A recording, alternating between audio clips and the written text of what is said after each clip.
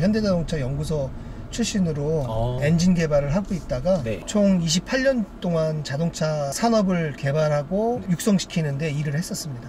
취업 준비하시는 분들이 이렇게 지원을 하잖아요. 학교나 학과까지 기재를 하는 건가요? 출신 대학과 학과, 네. 그다음에 그 당시에 졸업 성적 증명, 네. 이런 것들을 동시에 제출하게 됩니다. 출신 대학을 좀 많이 보는 편인가요? 실질적으로 블라인드 채용을 한다고 하지만 네. 그거를 볼 수는 있겠죠. 제 담당자가 그것도 못 볼 수는 없겠죠. 하지만 채용하는 인터뷰어는 네. 그거를 볼 수 없습니다. 전문대 졸업생과 뭐 4년제 졸업생 이런 거를 구분을 한다거나 혹시 차별을 한다거나 그런 거는 있나요? 직종의 특수성에 따라 가지고 박사학위라든가 석사학위 등 고학력이 요구되는 부분이 반드시 존재하고요. 학위를 갖고 있는 학생들이 네. 박사과정이나 석사과정 졸업생들이 네. 가는 분야가 아니기 때문에 뚜렷하게 이원화되어 있다고 볼 수 있을 것 같습니다. 현대와 기아의 차이점 은근히 헷갈려 하시는 분들이 좀 계시는 것 같아요. 이게 채용 준비를 할 때 정확히 어떤 구분점이 있는 건가요, 이게? 인사부가 분명히 기아자동차 인사부와 네. 현대자동차 인사부가 나뉘어지고 있지만 네. 두 부서가 네. 사람이 공유되고 있습니다.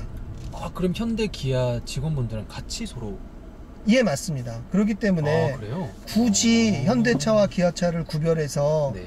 나는 기아차를 준비해야지, 뭐 현대차 특성에 맞는 무엇을 준비해야지, 네. 이런 건 존재하지 않습니다. 이런 채용은 따로 가치. 하지만 99% 동일한 플랫폼 안에서 동일한 사람들이 어떨 때는 기아차에서 근무하고 어떨 때는 현대차에서 근무하기 때문에 그걸 별도로 준비하는 건 올바른 방법은 아니라고 생각합니다. 그래요? 현대 채용이 있을 때 기아 채용보다는 조금 더 채용 경쟁률이 높지 않나요? 네. 그렇게 단순하게 얘기할 수는 없을 것 같고요. 그래요? 어떨 때는 기아차의 그 연봉 구조가 조금 높아지는 경우가 있다고 합니다. 그것이 늘 어느 쪽이 높다 낮다라고 얘기할 수 없고 네. 거의 비슷한 경우인데 특별히 조금 차이가 나면 네. 기아차가 더 좋다. 네. 또 현대차가 높으면 현대차가 더 좋다. 네. 뭐 이렇게 휩쓸리는 경향이 있는 것 같습니다. 연구직이신 분들은 대부분 다 남양연구소에서 그러면 근무를 하시는 건가요? 많은 인원이 남양연구소에서 일을 하고 있고 네. 의왕연구소, 네. 그다음에 마북리연구소, 네. 몇 개의 연구소가 조그맣게 더 별도로 존재해서 현대자동차의 엔진 부분뿐만이 아니라 네. 샤시, 뭐 서스펜션, 브레이크 계통, 네. 그다음에 전기 전자 제어, 이런 모든 분야의 각 네. 분야 연구소가 네. 넓게 포진되어 있습니다. 근데 현대 기아에서는 이제 마케팅인지 모르겠지만 항상 경쟁을 한다고 하거든요. 근데 보면 같은 회사란 말이죠. 네. 누구 말에 믿어야 되는 건가요?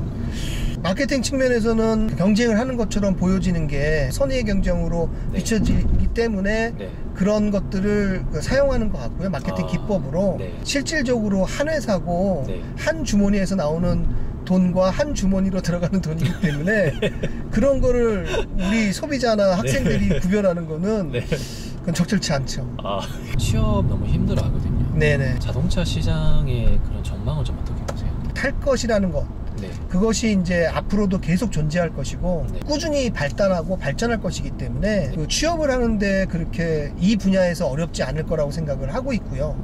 자동차과를 나오게 되면은 현대차 이런 데 취업이 조금 용이한지. 당연히 그 제반 지식 기술이 필요하기 때문에 자동차에 대한 기본 지식을 습득하고 있는지 네. 또 관련 자격증이 있는지 이런 것들을 보고 사람을 채용하니까 다른 과에서 네. 자동차 자격증을 딸 리는 없으니까 그런 부분들이 아무래도 네. 취업하는 데 도움이 되지 않을까 싶습니다.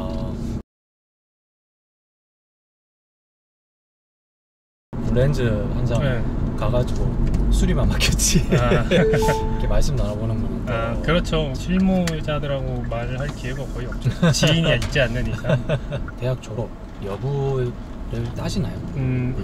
그러진 않은 것 같아요. 밑에 이제 몇 명이 거쳐갔어요. 네. 다들 보면 이제 뭐 학교 안 나온 사람도 있고 자격증조차도 크게 네. 중요하게 여기지는 않아요. 근데 그거는 이제 블루엔젤이라는 게 개인 업자이기 때문에 결국은 또 이게 이제 간판을 거는 건 이제 현대에서 하긴 하지만 네.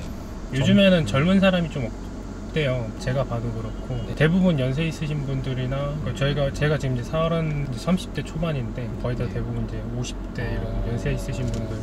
어쩌면 굳이 맞죠. 대학을 갈 필요가 없는 그렇긴 하죠 사실. 그런 거기도 하네요. 네. 근데 옛날에 비해서 오히려 대학교가 좀 더 필요하지 않을까. 왜냐면 제가 현대에서 그 레벨 교육이라는 게 있어요. 자격증 같이 교육을 갔는데 거기도 자동차과가 있어서 거기에는 밖에서 이제 봤는데 저는 좀 놀랐던 게 실습장이 되게 크고 현대차들 특히 이제 네. 갖다 놓고 이렇게 네. 연결해서 테스트하고 이런 것들이 되게 짜임새 있게 잘 돼 있더라고요. 그런 것들이 필요한다고 생각했는데 그게 실제로 계속 투입이 돼 있고 대학교들에 그러면은 이게 실무에서 많이 도움이 될 거라고 생각을 해요. 저는 실무자이기 때문에. 그래서 대학교가 오히려 옛날보다 더 필요하지 않을까. 블루엔즈의 정비사분들은 현대 소속은 아닌 거예요? 그렇죠. 소속이라고 보면 맞기는 해요. 그러니까 네. 4번이라는 게 존재하고 그래요? 네, 그러니까 현대에서도 계열사라는 게 있잖아요. 저희는 이제 서비스 협력사라고 불려요. 결론은 이제 카센터에서 이제 간판을 올려서 일하는 사람들인데 블루엔즈 있는 직원마다 이제 본사에서 네. 이제 지원을 해주는 거죠. 그럼 사업소의 블루엔즈 네. 정비사분들도 그러면은 거기는 근데 저도 잘 몰라요. 거기는 확실히 좀 들어가기 어렵다고는 저도 듣기는 했어요. 왜냐면은 그분들은 아무래도 좀 이제 본사 개념이다 보니까 자격증 보유라던가 네. 서비스적인 그런 것도 좀 교육받는 것 자체가 좀 다르겠죠. 블루엔즈 저기 복지는 좀 어때요? 글쎄요, 그거는 블루엔즈라기보다는 어쨌든 개인 업자예요. 대표님이 운영을 하시는 여기서 간판을 거는 거기 때문에 월급이라던가 네. 개인 인센티브 이런 것들은 대표님이 다 결정을 하는 거기 때문에 그거를 블루엔즈를 이제 묶어서 얘기하기 좀 그렇죠. 저는 만족해요. 저희 대표님이 뭐 회사에서 말하는 그런 인센티브 라고 하면은 좋고, 근데 저는 그냥 편하게 그냥 용돈이라고 그러죠. 용돈도 잘 주시고 명절 때나 뭐 이럴 때 다 알아서 떡값이라 그러죠. 네. 잘 챙겨주시고 급여적인 부분에서는 만족하시나요? 사실 이게 좀 애매해요. 왜냐면은 정비가 사실 좀 짜요. 큰데 가지 않는 이상 일반 정비소에서 받는 거는 짜요 원래는. 앞에 자리가 한 3, 4 정도 되십니까? 그러진 않죠. 그러진 않죠. 그러니까 저희 직종 자체가 그렇게 받는 데가 좀 드물어요 사실. 근데 그러면은 그냥 저는 적당히 만족하고 살고 있긴 해요. 객관적으로 봐도 그냥 적당히 받는 편이라고 봐요.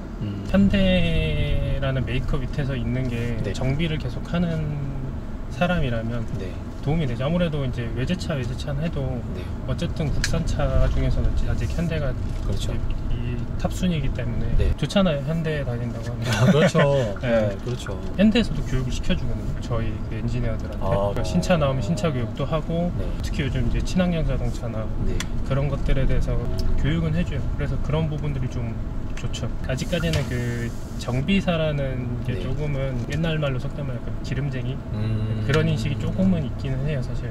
더울 날에 덥게 일하고 추운 날에 춥게 일하고 이런 이게 현장직의 그런 뭐 어쩔 수 없는 애환이긴 한데 그래도 일하는 것 자체나 이제 정비하는 것 자체에서는 만족하고 있죠.